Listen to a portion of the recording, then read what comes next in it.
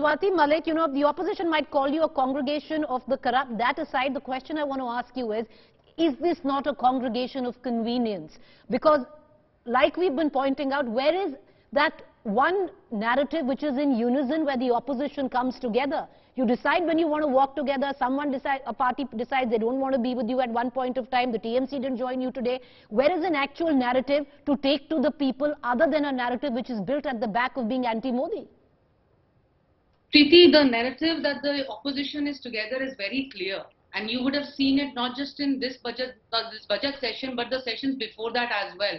There have been demands by the opposition, the combined demands by the opposition for that matter. So the narrative has been very clear. It's not about be against BJP for that matter. It's for the welfare of the country that the opposition has come together. Whether the petition was dismissed or not, on what grounds it was dismissed, is a different debate altogether, which I'm happy to if you want to. Because it was a badly put together petition. Swaty Malik, you're a lawyer, you should know that yourself. I'm not able to hear you clearly. Because it was a badly put together petition, Swaty Malik. No, the petition for that matter, it was not dismissed on merits. The Supreme Court doesn't state a word on merits. All it says is that come as individuals and we'll look after you.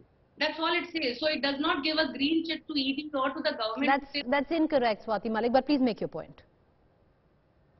I think there's some audio problem, Preeti. I'm not able to hear this. All right, we're going to try and connect back to Swaty Malik. I want to get across to Sanju Verma from the Bharatiya Janata Party. But Sanju Verma, my question is, you call the opposition that the need of them coming together is because they're all corrupt. It's interesting because the opposition turns around and says, when you choose that a person is not corrupt any longer, you take them in. The sheer fact, look at Conrad Sangma. You fought an entire election on how Conrad Sangma and his party was corrupt. But what happened?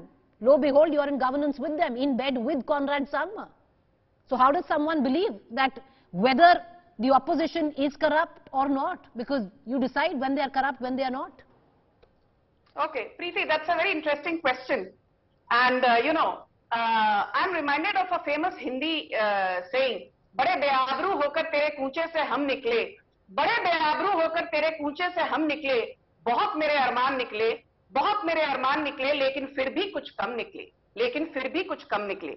And why I'm reminded of these panktiyas, to put it colloquially, is because the opposition, Preeti, has been repeating with brazen impunity the same mistakes over and over and over again. I think the question that you asked was very pertinent, and your question has the answer itself. Because the only binding glue amongst the fractious and electorally vanquished opposition is an anti-Modi narrative. I have this to ask.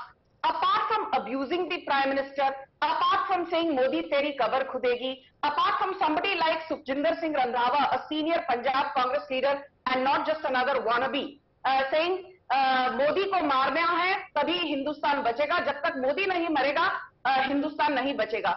So the point I'm trying to make in a very limited sense is this: is there a common minimum program with respect to the economic policies that the opposition plans to introduce were it to come to power, which obviously is not going to happen, but hypothetically speaking, is there anything by way of what they have to offer to the electorate, given that Modi won with 17.6 crore votes in 2014 and won with 23 crore votes in 2019, which is a 31% jump in 2019 over 2014. I have this to also add, Preeti. Assuming that Prime Minister Modi does not see that massive 31% jump in his electoral base in 2024, because we all know that the law of averages seems to catch up at some time or the other, irrespective of how much charisma you have. Even assuming that the BJP only sees a marginal 15 or 16 or 17%. But Sanju Verma, the deal is, the charge is that the BJP only sees winnability and an election. The taint of corruption is of convenience for the BJP, where they can run an entire election on calling someone corrupt and the next day be in bed with them politically.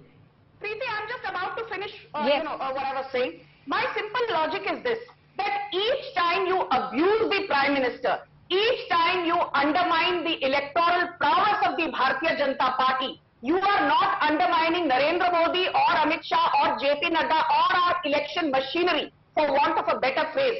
You are undermining the credibility of the Aam Janta. You are undermining the intellect of that But person okay, I'll on ask the you this street again, who Sanju votes for Verma. the Are you BJP. not undermining the intellect of the Aam Janta by one, running an entire election multiple times by calling someone corrupt, and then the next day make a government with them?